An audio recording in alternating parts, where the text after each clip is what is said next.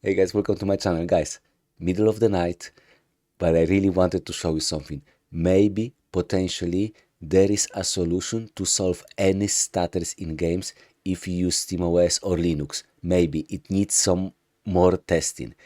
If it's true, it's absolutely game changing. Guys, let me show because I was doing some benchmarks. This video is supposed to be a normal benchmarks showing Hogwarts Legacy, and by coincidence, because I'm not a benchmarker, I'm more of a gamer, find out something truly fascinating and amazing. Guys, even now on the screen, as you see 1% low, and the graph, maybe you already see that something special is happening. Guys, I really need to show you. So as you can see, Hogwarts Legacy, hardware accent. By the way, as you can see, the guy who got glasses, got the hat, pretty much identical. Me. I love RPG games because I feel like I'm in the game. So guys, let's go to the game.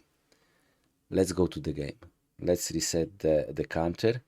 Okay guys, so we are within the game. Let's quickly confirm some settings.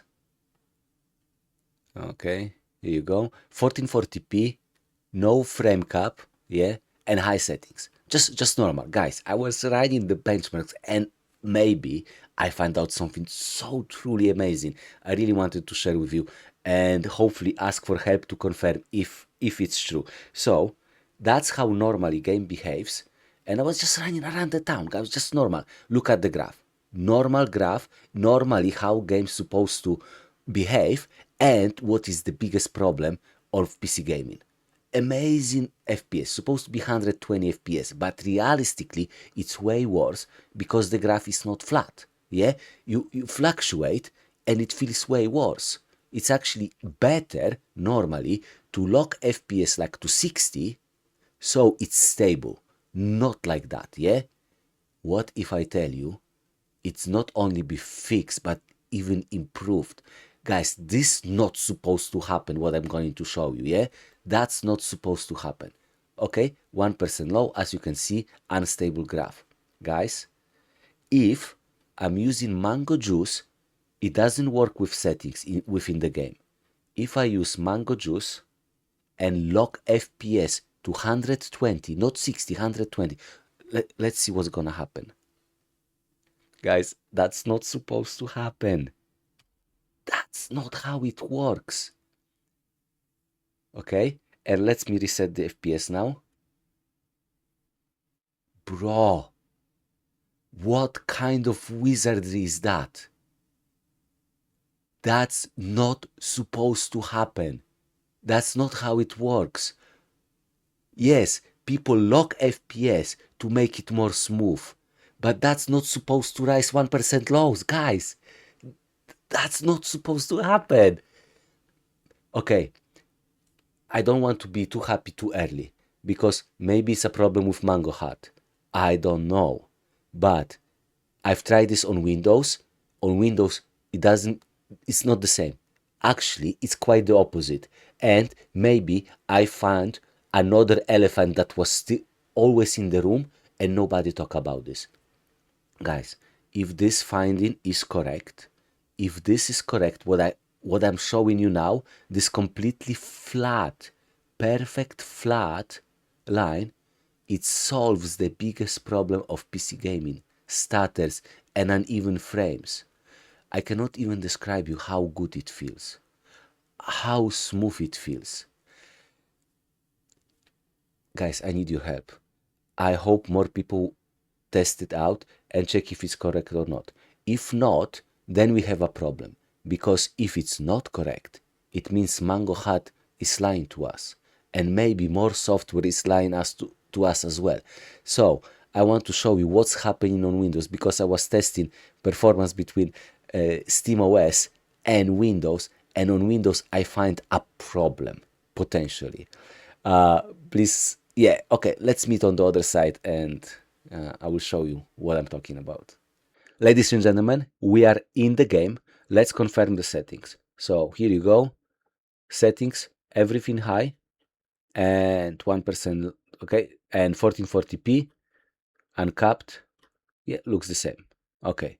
So on the top, on the top, there are two softwares. On the top is MSI Afterburner, and the more green color is FrameCapX. And FrameCapX has two types of 1% low, just standard 1% low and P1. And even though they're using a Riva tuner, the 1% low, it's not the same. It will show slightly different value. So I don't understand why is that. If somebody can explain, I think it's a different algorithm how it's calculated. But the graph is identical on both. And as you can see, it behaves differently. The game behaves differently.